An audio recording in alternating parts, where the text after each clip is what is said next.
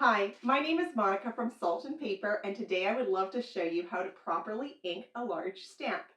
Now, most stamps that I sell, if they're portrait stamps, are going to be about 3 inches across. My logo stamps are about 3 to 4 inches, and those just don't fit onto traditional ink pads. Most people think you gotta press it down onto the ink pad, but I never do that. I'm gonna show you how to do it, and it will work every time. You lay your stamp face up on your surface. You take your ink pad. Now, I really like Staz On. I also love Memento, and I will talk about the two of those at the end of this video.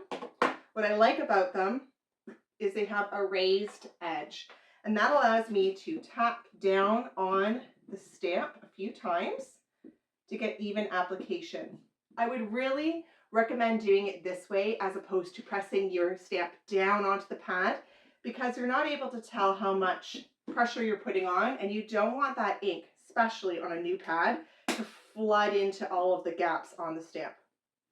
Then you just take your stamp, you place it where you want it to go, put it here, and you apply pressure. I highly recommend standing for this. If you're sitting, you're not going to be able to put as much downward force on it. So I just like to press down a couple of times on all the quadrants and once in the center. And voila, a perfect impression. Just ensure that you've applied enough ink and that you have a smooth surface, and you shouldn't have any issues at all. Some people still have difficulty getting a good impression. You can do this again, so you can apply your ink.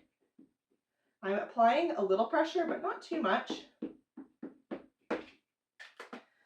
And then you could put a little piece of foam under the paper. I got this in an Amazon box. You could also put like a t-shirt underneath or a dish towel, as long as it doesn't have any texture to it. You certainly don't want one with like a waffle pattern, because that will appear on your print. Then you take your stamp, put it down, a couple presses, and it's a little bit easier with a little piece of foam underneath. And again, another perfect impression. Now, the two ink pads that I like are Staz On and Memento. I'm really not trying to like hype up the ink that I sell in my shop. This is only for educational purposes. The reason I have them in my shop is because they are the best. So Staz On is great for paper, card, anything kind of shiny paper, like a bakery box has a kind of glossy top to it.